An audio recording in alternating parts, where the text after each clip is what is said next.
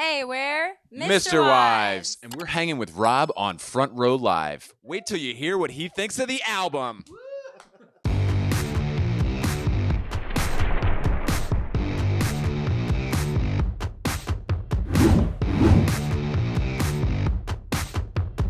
What's up, guys? Rob here, Front Row Live Entertainment. I am hanging out with MisterWives.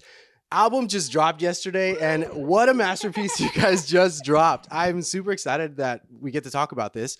Nosebleeds is incredible, and I feel like the last 10 years pretty much like allowed you to kind of start creating this record, and now we're here to release it. So congratulations on this masterpiece that you guys have just released yesterday. What a compliment. Masterpiece. I'm gonna Put hang that on out the with fridge. you every Yeah. morning. Yeah.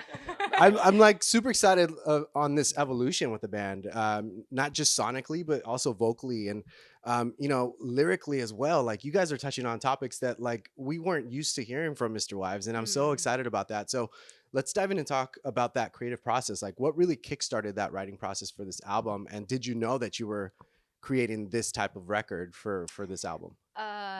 Wow. First of all, thank you for all the kind things. I definitely didn't know we were going to create this type of record. I think the life experiences really dictated where the creative and the writing all went, which has always been what we've done. Like, life is the moral, like the compass for what we're creating. And just these last few years were really tough, and there were a lot of relentless punches where I didn't want to do a disservice to my experience by sugarcoating what I had gone through. So I had to lean into sides of me that I've not really been able to show through music. I think as women too, it can be a little hard to show up with rage or anger because you get labeled a very specific type of thing if you're not like palatable and smiling and cookie cutter. And so it was like a form of rebellion for me to really open up and show how multifaceted our experiences Have been. No, and I get that completely, and you could tell like just with the lyrics as well. Like I feel like now it's not just that you are stepping out of that comfort zone, but I feel like you're comfortable stepping out of that comfort zone. Yes, comfortable in the uncomfortable is what I've been saying every step of this album. Really cool. When you guys came together to start kind of like figuring out like what kind of tracks or what kind of songs you guys were going to have on this album, like what was that process like? Did you guys all have that same kind of mentality from the get-go, or did it take some time for you guys to all get on that same page? I don't think it took us a while to get on the same page just because we're all going through the same experience, right? We have all of the same adversities that we're facing. So I think everything that Mandy had written really resonated with all of us. So it's not like we were like, I don't think that's an accurate reflection of like what happened over the course of the last 2, 3, 4, 10 years. So I think, obviously we're moved lyrically, and then as well as certainly a much more aggressive sound than we've done in the past, which I love because I love Slayer. This was Will's time to shine. He was like, finally! Every song that I would hear, I was just like, this rocks. Like there was one song very specifically, I was listening to Lamb of Dagger, where I was listening to Lamb of God, and they sent that, and I was like, no, my Spotify must have just played like Lamb of God again, and then I realized like that was the intro. I was like, this is amazing. So I think sonically and lyrically, and just the whole aesthetic I think is definitely an evolution of what we've done, but also something that I embrace wholeheartedly. I can't speak for everybody else, but I will. We all fucking love it. And it also took us a while to get there. Like I wrote almost a whole other album before this one. Wow. There was stuff that it was very like in the classic MisterWives and put the painful feelings through like dance 80s pop. And I just thought I can't keep doing the same thing. Like we've been a band for 10 years. I think it's always important to keep pushing the envelope and pushing yourself creatively. And I think also just like starting therapy really helped me too, and like opening up and not being like, oh, I have to mask these things as a coping mechanism. It's okay for me to show up honestly. So it took us a minute to navigate and find it. And finally, when I showed up for Out of Your Mind, I feel like that was the first time where I was like, okay, it's time to just like flip the script and be angry. And we had the most fun making that. And then that just set the course for everything else to unfold. Damn, that's amazing. And I love the fact that like early on, like you guys had, ATN, you've been basically in the producer credits since the beginning. And I feel like this is the album that you're like mainly the producer for the record. But in the past, you've been able to collaborate with Butch Walker and Tim Pagnotta. So like having those opportunities and experiences with him, like how did what kind of impact did that have on like this new album now that you guys are practically on your own, with the exception of 2 or 3 songs that you guys have on this album? I mean, every time you go and produce a song or make a song with someone like Butch Walker or Tim Pignotta or whoever it is, like I'm always there trying to like learn as much as possible. Yeah. So yeah, I feel like that's kind of my goal. And in this record, I feel like when we were producing it out, I mean, it was really a 6 to 8 month kind of period. It kind of felt like the more we were doing and the more we were working, I feel like we were both kind of growing a lot. Like it felt like a rapid growth between the two of us and everyone. Yeah. So yeah, steroids. But yeah, it just kept feeling like everything was working, everything was flowing. I was like really, really inspired to just try to go even further, and everything that I've learned from prior producers and continue to learn, even working with like Dylan who produced some of the record, and hearing the stuff Jason had done was just super inspiring, and being like, oh, I can go there and they did that, so that means I could do this. You know, it's like it's just just hearing the work and how deep it can go was inspiring, and yeah, I felt like we made some of our best stuff. So. Yeah. How did this tone in lyrics and sonics change, have an impact, or how were the guitars impacted during this process? What did you do to kind of step it out of comfort for yourself? Bought a metal zone. Yeah. You have to take my shitty guitar parts and recut them. It's hard. It's kind of hard. I think like sonically, when you were speaking about it earlier, it's kind of, to me, always kind of been there in the live show. Like even on the older records, we still went quite hard live. It's always been something we've been comfortable doing and enjoyed doing. So it's great to have it recorded. Yeah. So it felt natural, like recording the guitars and stuff on the record that way. Yeah. And like stepping out of your comfort zone, like what did you do differently this time around that you hadn't done on previous material? I don't know. I guess it's a different type of recording, this process, because we're so far apart geographically. Yeah. Recording. So it was a lot of like recording in my bedroom, sending parts. Eight and Mandy were out here working a lot with producers. So there was a lot of parts kind of already in there for that, which was, this is like, I think like you were saying. Yeah. It was interesting to hear other ideas from other producers that we hadn't had before. So yeah, I also think like snag that.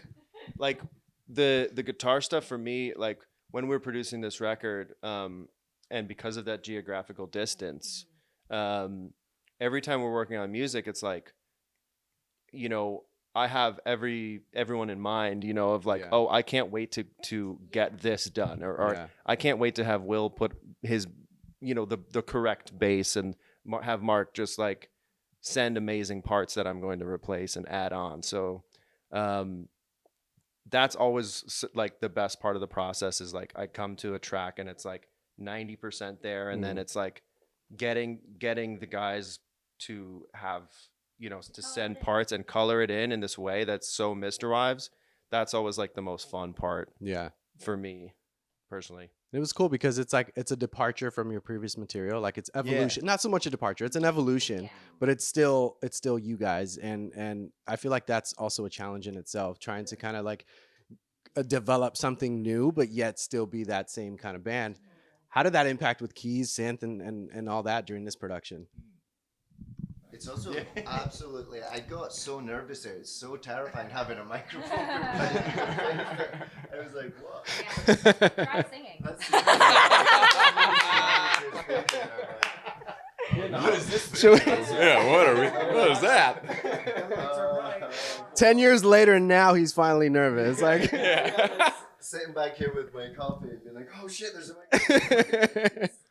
I mean, I'll speak a little, but really, you know, the way we're working now, everyone is contributing parts, especially with synth and keys. Like, I think we all kind of have mobile studios, and there's reference stuff, and then we're building. But I was thinking in particular of like Too Late, when we started pushing this darker sound, and Mandy sent kind of these harder tracks. And I think our past records have been more maybe warmer pads on the synth side, or there's a lot of dry piano in songs like Super Bloom or like that. But Too Late, I was really thinking, we were like, oh, let's go more like The Weeknd or this darker sound, and these like cutting high bell sounds off the Juno that we were working. And it really kind of opened up kind of some of the edgier stuff with synth that I think we're excited to now translate live as well. So that's pretty cool. Mandy, when you're comfortable with them in the studio, how do you like, When, if. or if, I guess if, that's the great question. How do you go about as far as the vocals? So you're not doing the same kind of vocal range, the same kind of vocal tone, the same kind of cadence. Like, how did they help you kind of push out a different kind of sound and style for you on this album? That's a great question. I think the music is what pushed out different sounds. They didn't do you anything. know? No. Yeah, sorry, Literally gents. nothing. I'll be the I'm first gonna person to tell you say that, It was really me in the corner. I was like, no, that was flat. No, try that one again. I think it was the emotion and knowing too, like, okay, I've sang my whole life and I went to high school for singing and learned opera and all these things. If you learn all this range, and I didn't want to feel like I was singing necessarily, you know, like Out of Your Mind, there's a full-on screaming track in that one, and like play into some more like talky Madonna parts in the bridge of songs, and just being like, okay, let me unlearn everything that I've known a bit to like start over. Was there like a particular song that you felt challenged with vocally? Yes, Out of Your Mind was definitely nerve-wracking, especially because we had Lynn from Paris in the studio with us, and I was like, talk about being nervous, Mark. I was like, oh, how am I going to do this in front of the Queen? And she was such a cheerleader of just like, let it rip. And that's definitely tough to do that in a room, dry vocal, just like screaming. Singing is... Scream this one, and you're like, oh, okay. Scream this one. But that was so fun for me as someone who's always been like, I don't know, our songs are always in a really high range, and just being like, oh, I don't have to do that. I don't have to prove that I'm a singer, and just like let me follow what the emotion is versus even thinking about singing, really.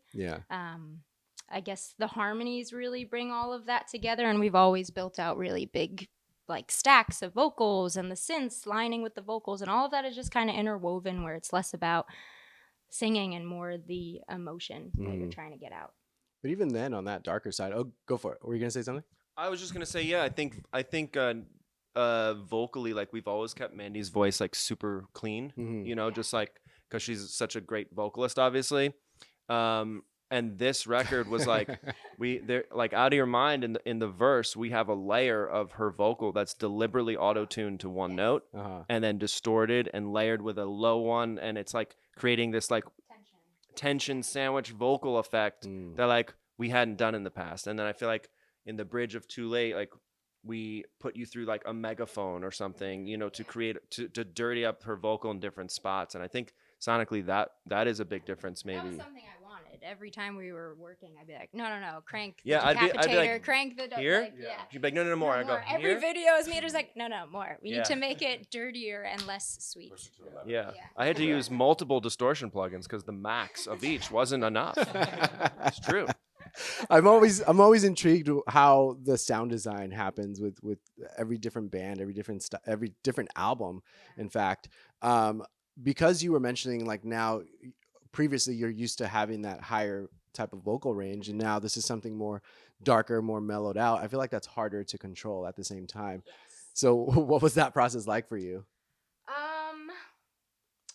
Let me see. It's harder live, I would say. In the studio, I have no problem singing in a lower register. I think live, when you have nerves and adrenaline, like it takes a lot more hard breath to control to stay down there and for it to be like pure and not like hear your vocal cord shaking. So I had a really fun time actually, like singing pretty low key. Like we did so many things without the like, okay, vocal booth and treat everything and get the perfect pristine take. Like I sang a lot of it, not passively, just really comfortable versus like I don't know. I feel like I used to always stand when I'd record. A lot Yeah. of this record, I sat down and laid down recording the vocals. There's actual videos. Yeah. Maybe that's just because of my knees. My knees and my back aren't We're great. getting old, you know. Yeah. It's happening. No, 10 no. years, man. It's been 10 years, and you feel every one. Does this like lower register in vocals impact you anyway with the bass? Just because it's almost kind of in that same kind of range. I think so. I mean, because you try and maintain some level of like what the bass is supposed to do, particularly in like the pop sensibility, but then melodically, I feel like it's a lot more inviting because it doesn't feel like you're doing anything strange with like passing tones or things like that, because it actually is almost in unison with one another. Our parts linked up a Yeah, bunch. which is always fun. I feel like that's half the thing. Like when Eight's sending over the demo, I'm always like, what are the drums doing? Well, I'm really like, what is the melody doing? What are the drums doing? And then what are the chords? Because that's always kind of like, you want to live in that world, but you want to know what everybody else is doing. And so I think that deeper, darker range, I definitely think this album suits me because I, again, have listened to metal for 35 years. So this one, I'm like, oh, hell yeah. Like, this is my wheelhouse. Like, Your wheelhouse. my wheelhouse. Yeah, there you go. Yeah, and so I think that's definitely been a lot of fun, and having like a more present distortion on the bass is exciting, particularly like recorded, but also like when we're doing it live. It's not something that I've done as much, say, as like Mark has kind of had his guitar washed in distortion in live versions. Now is your time to shine. It is. It's literally, I thought it was the last 10 years, but it's really the next 10 years. I mean, we're wearing black. This is great. I'm at home. Yeah. Black in 100-degree weather. Yeah.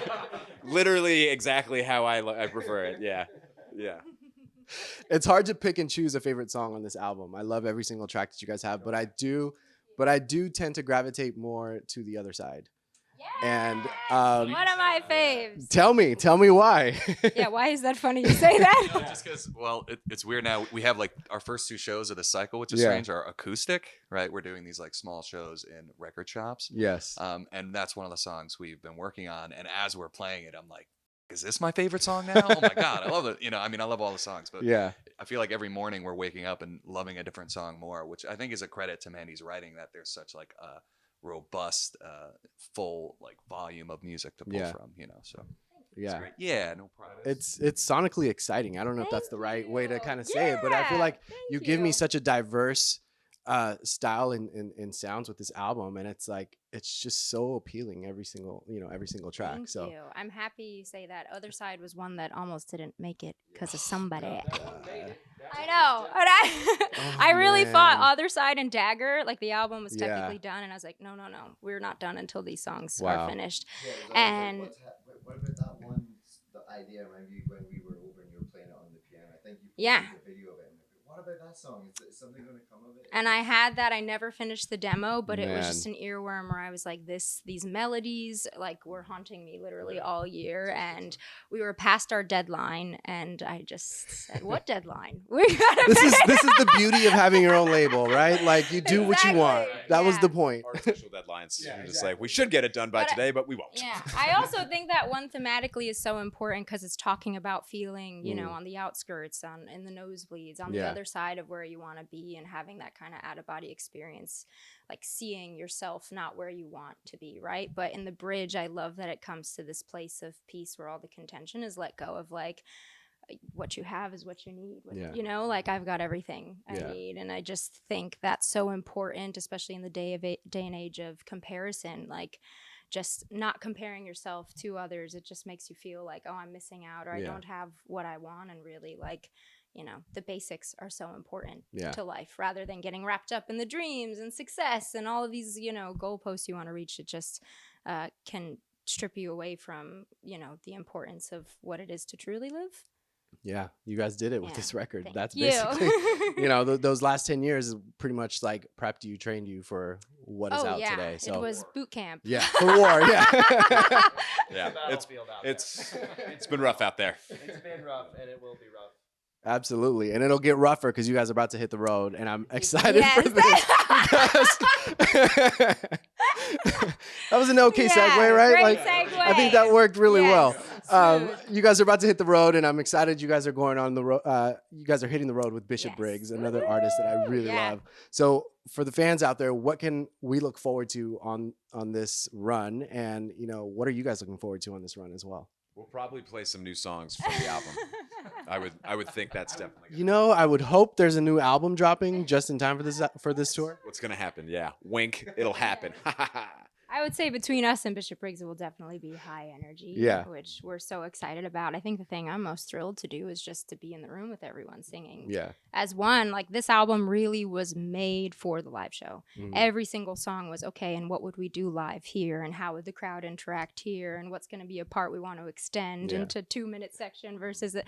So it'll be really fun to have that come to fruition. And I think the fans, who are incredible and always bring the best energy, always make the songs come alive even more. So Yeah. I'm just looking forward to like hearing that, being in that moment is just unlike anything you've ever experienced, and it makes all that has been so tough these last few years so worth it. Absolutely. It's also, I mean, because I'm thinking about it now, really, we released Super Bloom and then didn't get to tour for that album for like a year and a half, 2 years. So we had done the live dream, so there were like the opportunities to play together. But this is the first album that we've done since Connect the Dots where we're releasing it and then getting to go on the road, unless there's some Hopefully. pandemic or something. Yeah, Don't go there. Put that in there, Will. Don't go I there, don't know. Will. Oppenheimer's coming out. There could be bigger problems. Yeah. But in all seriousness, like, that is so much of the excitement, right? Like, is this tentative, like, you hope people like the record, and then when you get to play it live, you really see that it, people do, and then they, how they react to it, both in the show and then before and after the show, getting to talk to people who are literally the reason we get to do this, is how supportive they've been for the last decade, which is crazy to think about. Well, congratulations, guys, with this album. Best of luck on tour. You guys be sure to check out MisterWives' new album. Nosebleeds is out now. Tour. It is a masterpiece. Yes, it's a masterpiece. And Will's finally getting his moment after 10 years. So this. So be sure to check out the album. Also, tour kicks off September 8th with Bishop Briggs. Will might finally get his solo that he's been wanting to do. I've been asking for it. It might be a solo show. Yeah, it's just Will and Bishop Briggs. What do you mean? Yeah, It's no. just gonna be Mister this time around. I don't know about wives. That's right. We'll see. But thanks for watching here on Front Row Live.